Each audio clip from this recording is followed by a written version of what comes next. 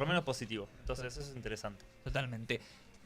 Decíamos, tenemos ya en el piso la segunda entrevista de la tarde. Estamos con el secretario general de ATE Nacional, Rodolfo Aguiar, a quien le agradecemos por estar aquí en el piso. Y bueno, comenzar preguntándote, ¿hay un plenario mañana que van a estar tratando? Sí, bueno, primero muy contentos de estar por primera vez acá en el programa, en el piso. Plenario de ATE mañana. No podemos los trabajadores de este país esperar a conocer la letra chica, como muchos colegas de ustedes proponen, que esperemos hasta el 10 de diciembre que este gobierno presente el proyecto de reforma laboral. Ya se conocen 109 artículos más o menos para saber lo amplia que es la reforma, y en todos los casos estos artículos están orientados a quitar derechos a las trabajadoras y hasta a los trabajadores, y esperar hasta el 10 de diciembre es suicida. Nos cocinan, estamos fritos si esperamos hasta la nueva que asuma la nueva composición del Parlamento. Yo lo que creo, y por eso hemos convocado este plenario, frente a su pregunta, para evaluar el escenario postelectoral y definir la primera medida de fuerza contra la reforma laboral de Milei. Contra un gobierno que no ha explicado para qué quiere la reforma. Si nos dicen que es para generar más empleo y que crezca la economía, eso es mentira, es falso, no va a ocurrir quitando derechos. Además ya se sabe algunos nombres que están redactando la ley, ¿no? Vimos ahí el abogado de Rappi y que incluso vimos que no incluyen derechos básicos que hoy no tienen los que trabajan en ese tipo de aplicaciones, por ejemplo. Sí, sin lugar a dudas. Son los abogados, los representantes jurídicos de esas empresas. Mitad en Rappi, otro pedazo de la reforma escrita en las oficinas de Techín.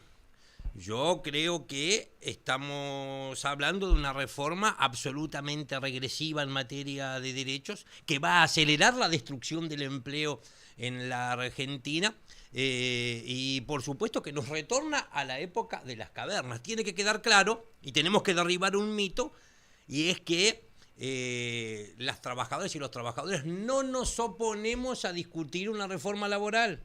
Bien, ese punto es importante. Es algo que plantean mucho desde el gobierno, ¿no? Que dicen se oponen a cualquier tipo de reforma laboral. ¿No es el caso? No, de ninguna manera. Me da lugar usted a decir que las mentiras organizadas, las amenazas y el desprestigio de las organizaciones sindicales son el vehículo por estas horas preferido por el gobierno para dar el debate sobre la reforma laboral. Yo le digo, si a mí me dicen que tenemos que llevar adelante una reforma laboral para ampliar derechos y mejorar las condiciones de vida de las trabajadoras, los trabajadores y sus familias, nos sentamos ya en una mesa. El gobierno no quiere eso. El gobierno no quiere hacer frente a la crisis que tiene el mercado laboral en la Argentina, sino es muy fácil. Hay que derogar la ley bases.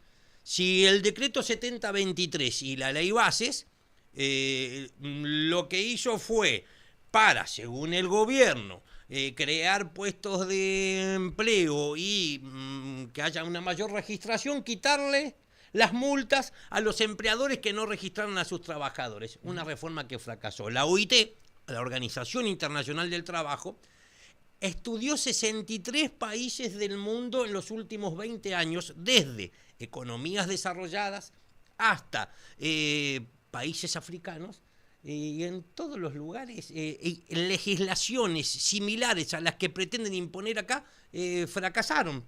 Podemos discutir en una reforma laboral si achicamos la brecha de género y las mujeres empiezan a tener un mismo salario por realizar las mismas tareas que los varones. Pueden acceder a los mismos puestos jerárquicos tanto en el sector público y en las distintas ramas de la actividad privada. Podemos discutir una reforma laboral que reduzca la jornada, como está ocurriendo en los principales países del mundo para generar más empleo. Podríamos discutir una nueva ley de prevención de accidentes y riesgos de trabajo, y entonces dejamos de naturalizar que la muerte, la postración de muchos a partir de la actividad laboral. Podríamos discutir muchas cosas. El gobierno no quiere, y con este gobierno no se puede dialogar. ¿Qué tal, Rodolfo? ¿Cómo le va? Le saluda Manuel. Un gusto. ¿Sabés que hoy hablaba Martín Menem, titular de la Cámara de Diputados, en una entrevista televisiva le consultaron Por favor, sobre... hábleme de alguien que haya laburado media hora en su vida, por lo menos. No me va a hablar de los tetadas, Bueno, de los él Menem. dirá- Digo, porque para hablar de la reforma laboral tienen que haber laburado. Esto no laburaron nunca. Martín Menem, funcionario del gobierno en general, ¿quiénes son los que no laburaron? Son ¿Ninguno de todos ellos? CEOs fracasados. Ellos te dirán Nos que están tienen- gobernando CEOs fracasados. Le digo, ahora completemos, pero ojo con tanto exitismo. Yo me acuerdo de Macri, elecciones de medio término ganador, y a los 2 meses tenían un quilombo fenomenal, que es el que le vamos a hacer nosotros a este gobierno. Porque una vez que se aplaque la polvareda electoral, comienza nuevamente a recobrarse la conflictividad. Ate plenario mañana, paro para la semana que viene y empezamos. Yo me estoy relamiendo. ¿Sabés qué? Ir para Me otro iba a lado, decir- me pero... iba a decir algo de Martín Menem, perdón. Sí, no, igual primero te quiero preguntar por lo que comentabas recién. Yo sé que el plenario es mañana, pero a veces la Argentina, la coyuntura no espera. ¿Cuál es el spoiler? ¿Paro nacional? ¿Paro por tiempo indeterminado? Paro ¿Medida de nacional. fuerza? Paro. Yo Paro. no entiendo por qué cuesta tanto. Un solo día. No la traje la lapicera ahora. 24 si no, ya- horas, 48. No la 24, traje porque ya 48, firmaba. 72, Yo creo ¿cómo que viene? 24. Tenemos que empezar a poner en debate, pero paro. Bien. Artículo 14 bis. Noviembre. Constitución, librito más chico, librito más... Ahí está, es grandioso. Dice derecho a huelga. Y si leemos, generaciones pasadas dejaron su vida, sangre derramada. Y no quieren ejercer derecho a huelga.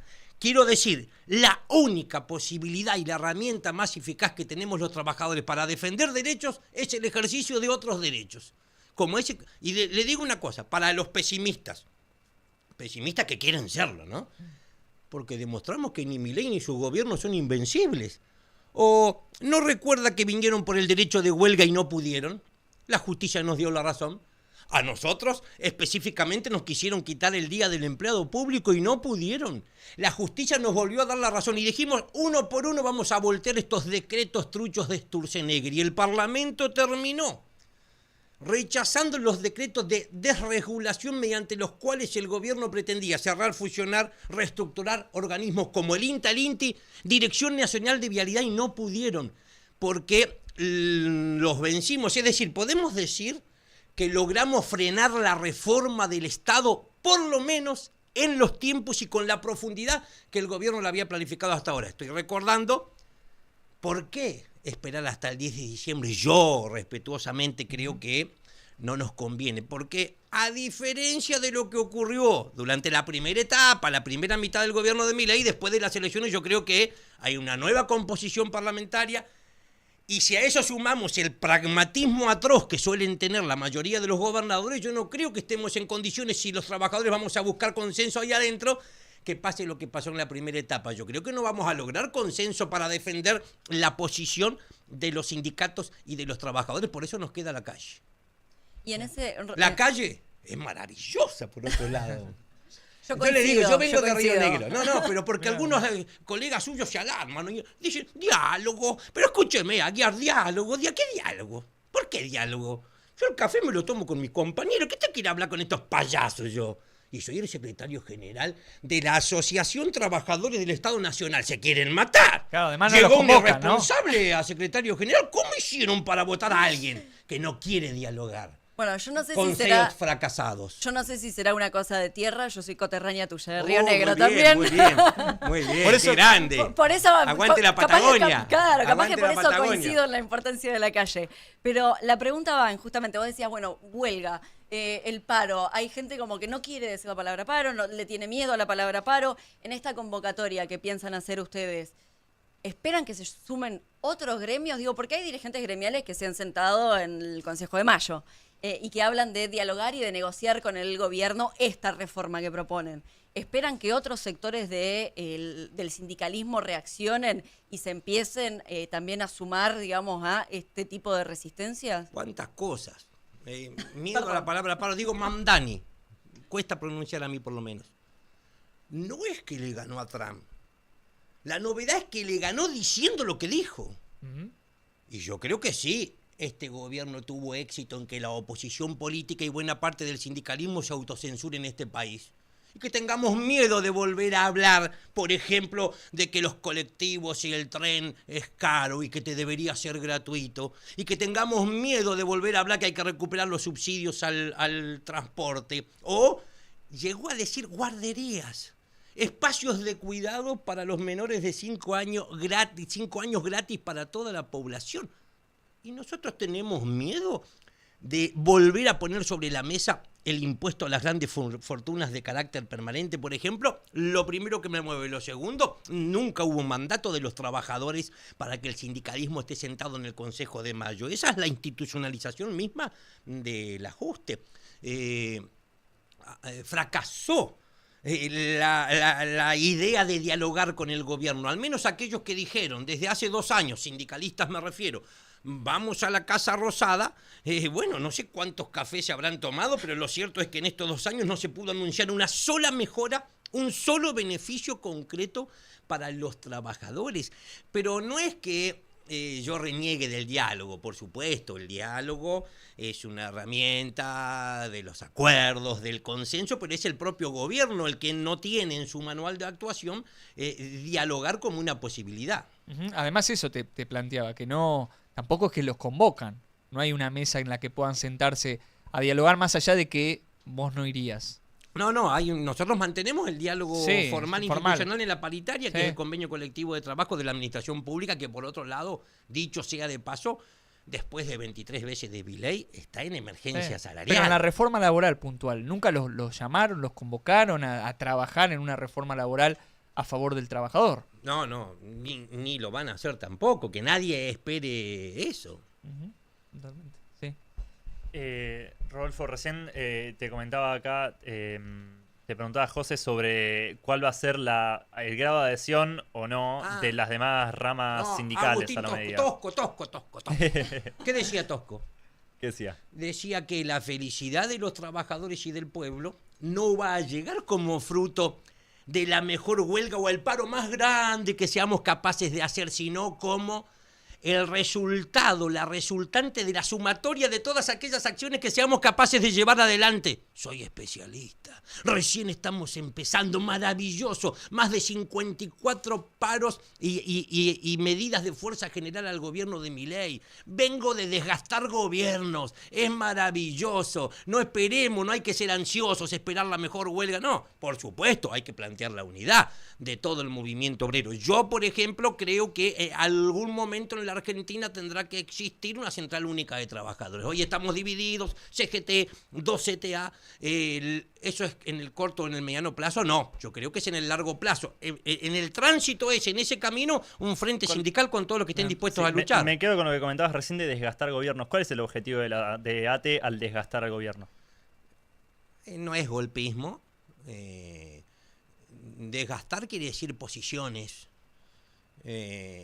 Y además es mucho más benévolo este concepto que le digan que estamos en guerra y que lo quieren eliminar como un topo infiltrados en las filas enemigas. Nos declararon la guerra y acá estamos 2 años después. Yo siempre recuerdo lo de María Elena Walsh. Tantas veces me mataron, tantas veces me morí y sin embargo sigo aquí resucitando. Yo me pregunto, ¿cuántas veces habrán pensado estos muñecos que nos habían matado a los estatales? ¿Cuántas veces se habrán imaginado estos payasos que tenemos en la Casa Rosada que nos habíamos muerto? Acá estamos. Sí. Vivitos y coleando los estatales. Les va a costar. Yo le quería plantear eso en la agenda. Estos se van en cana, ¿eh? ¿Qué le dice? Estos se van... Está cerca la Casa Rosada acá, ¿no? Yo me los imagino, paso por allá, cuando paso por atrás, se van por la puerta de atrás y en cana. Todos. ¿Qué le dice a los argentinos bien intencionados que lo escuchan y por ahí le molesta ese discurso de decir vamos a explotar la calle, a reventar la calle, esto que planteaba Manu? ¿Cómo lo convencerías de por qué es importante hacerlo? Sí, yo primero digo, no me ha ido tan mal, ¿no? No hablo muy distinto desde que ejerzo esta actividad y llegué a secretario general nacional, después de ser 8 años responsable del sindicato en mi provincia. Entonces digo, ¿por qué uno va a cambiar la fórmula que lo llevó hasta acá? Pero siempre estamos dispuestos a escuchar. yo creo que no estamos acostumbrados a que los sindicatos realmente ejerzan el rol para que han sido elegidos.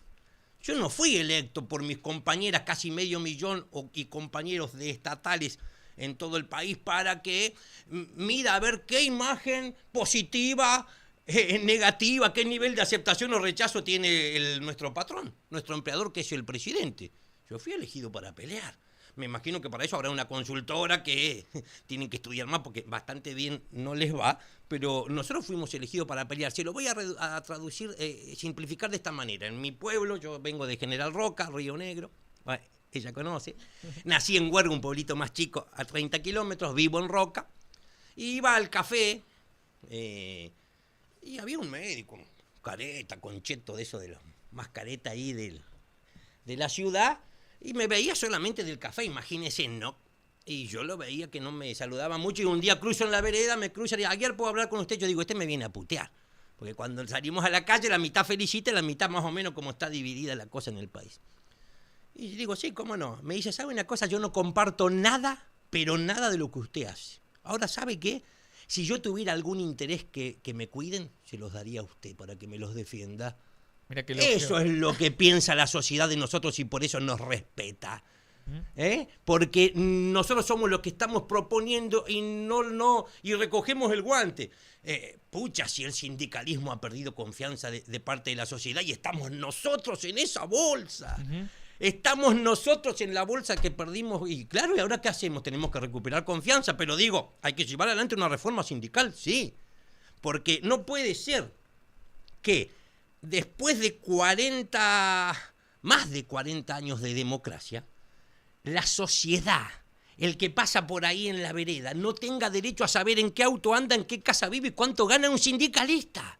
Miren si habrán mantenido privilegios las organizaciones sindicales en la Argentina, mientras que cualquier funcionario público sí está obligado a presentar una declaración jurada de bienes e ingresos. Lo invito a googlear ya, Rodolfo Aguiar, declaración jurada.